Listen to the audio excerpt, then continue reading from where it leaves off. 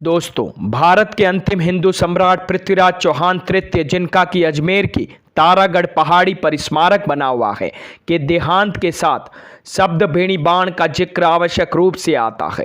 उन्हें शब्द भेड़ी बाण चलाना किसने सिखाया, यह विद्या वरदान में दी, इसको लेकर इंटरनेट पर अलग अलग तरीके से जानकारी पसरी हुई है।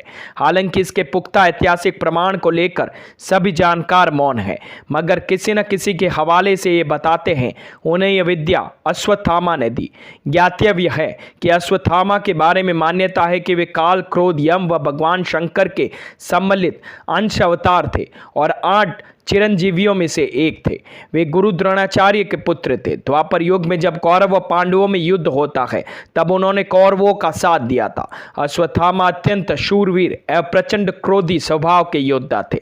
धार्मिक ग्रंथों के अनुसार भगवान श्री कृष्ण ने अश्वत्थामा को चिरकाल तक पृथ्वी पर भटकते रहने का श्राप दिया था। वे आज भी पृथ्वी पर अपनी मुक्ति के लिए भटक रहे हैं। यह भी मान्यता है कि मध्य प्रदेश के बुरहानपुर शहर से 20 किलोमीटर दूर असीरगढ़ के किले में भगवान शिव का एक प्राचीन मंदिर है। बताते हैं अश्वत्थामा प्रतिदिन इस मंदिर में भगवान शिव की पूजा करने आते हैं। अश्वत्थामा को अन्य कई स्थानों पर भी देखे जाने के किस्से मशहूर है। बताते हैं कि 1192 में पृथ्वीराज चौहान मोहम्मद गौरी से युद्ध में हार गए तो वे जंगल की ओर निकल पड़े। वे एक शिव मंदिर में प्रतिदिन आराधना करने जाते थे। वह शिव मंदिर के असीरगढ़ किले का ही मंदिर था, इस बारे में कोई उल्लेख नहीं है। एक बार उन्होंने पाया कि अल सुबह उनसे पहले कोई पूजा अर्चना करने चला गया। इस पर उन्होंने इस रहस्य का पता लगाने के लिए भगवान शिव की आराधना की तो उन्हें एक बुजुर्ग ने दर्शन दिए। उसके सिर पर गहरा घाव था। पृथ्वीराज चौहान अच्छे वेद भी थे। उन्होंने इस व्यक्ति का घाव ठीक करने का प्रस्ताव रखा। वे मान गए। इलाज शुरू हुआ। जब एक हफ्ते बाद भी कोई फायदा नहीं हुआ तो पृथ्वीराज चौहान चौंके। उन्होंने अपने अनुमान के आधार पर उस व्यक्ति से पूछा, क्या वे अश्वत्थामा हैं? इस पर उस व्यक्ति ने हाँ में जवाब दिया। पृथ्वीराज चौहान अभिभूत हो गए और उनसे वरदान मांगा। अश्वत्थामा ने उन्हें शब्द भेड़ी बाण का वरदान दे दिया। साथ ही 3 शब्द भेदी तीर दिए जो अचूक थे। ज्ञातव्य है कि महाभारत कथा में स्पष्ट अंकित है कि भगवान श्री कृष्ण ने अश्वत्थामा के सिर पर लगी मणि को युक्तिपूर्वक हटवाया था और उसकी वजह से उनके सिर पर गहरा घाव हो गया था। जहां तक पृथ्वीराज चौहान के शब्द भेड़ी बाण का उपयोग करने का सवाल है तो उसका संक्षिप्त विवरण इस प्रकार है। सन 1192 में मोहम्मद गौरी ने तराइन के दूसरे युद्ध में उनको हरा दिया तो वे जंगल में चले गए। बाद में मगर गुप्तचरों की सूचना के आधार पर गौरी ने उन्हें कैद कर लिया। कई ये उल्लेख है कि उन्हें अजमेरू दुर्ग में रखा गया तो कई ये हवाला है कि गौरी उन्हें सीधे गजनी ले गए। स्थानीय दुर्ग अथवा गौर में गौरी ने गर्म सलाखों से उनके दोनों नेत्र जला दिए। पृथ्वीराज चौहान के बचपन के मित्र व राजकवि चंद्रवरदाई फकीर की वेशभूषा में पीछा करते हुए गौर पहुंच गए। चंद्रवरदाई ने सुल्तान मोहम्मद गौरी से संपर्क स्थापित किया। वह निवेदन किया कि आंखों फूट जाने के बावजूद पृथ्वीराज चौहान शब्द भेड़ी बाण से अचूक निशाना लगाते हैं।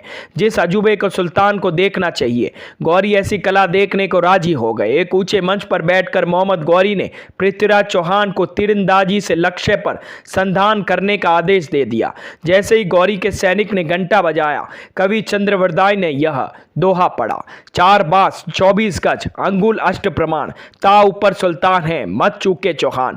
पृथ्वीराज चौहान ने मंच पर गौरी के बैठने की स्थिति का आकलन करते हुए बाण चला दिया जो सीधा गौरी को लगा और उसी वक्त प्राण निकल गए। इसके बाद गौरी के सैनिकों के हाथों अपमानजनक मृत्यु के बचने के लिए कवि चंद्रवरदाई ने अपने कटार पृथ्वीराज चौहान के पेट में झोंक दी और उसके तुरंत बाद वही कटार अपने पेट में झोंक कर यह लीला समाप्त कर ली। प्रसंगवश यह जानना उचित रहेगा कि शब्द भेड़ी बाण चलाना तो बहुत से योद्धाओं ने सीखा था, परंतु उसमें पारंगत 4 या 5 ही थे। ज्ञातव्य है कि भगवान राम के पिताश्री महाराजा दशरथ ने जिस बाण से मात्र पितृ भक्त श्रवण कुमार की मृत्यु हुई वह शब्द भेड़ी बाण ही था। श्रवण कुमार माता पिता को एक तालाब के पास छोड़ पानी भरने गए तो पानी की कलकल की आवाज से आखेट को निकले महाराजा दशरथ को यह भ्रम हुआ कि कोई हिरण पानी पी रहा है।